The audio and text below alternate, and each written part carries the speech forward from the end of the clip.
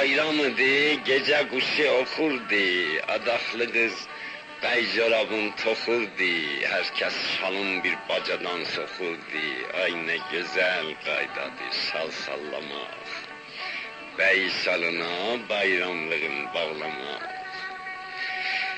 Şal istedim, mən də evdə ağladım, bir şal alıb tez belimə bağladım, qulam gilə qaçdım, şalı salladım, Fatma xala mənə corab bağladı, xan nənəmi yada salıb ağladı.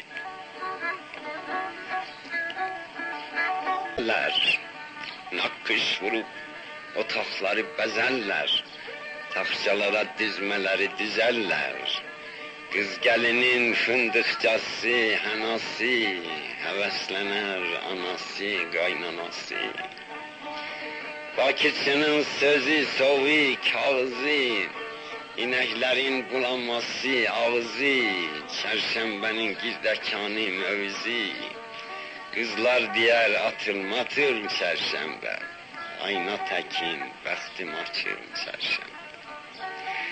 Yumurtanı göyçək güllüb boyardıq, çapqışdırıb sınanların soyardıq, oynamaqdan bir cəməgər doyardıq.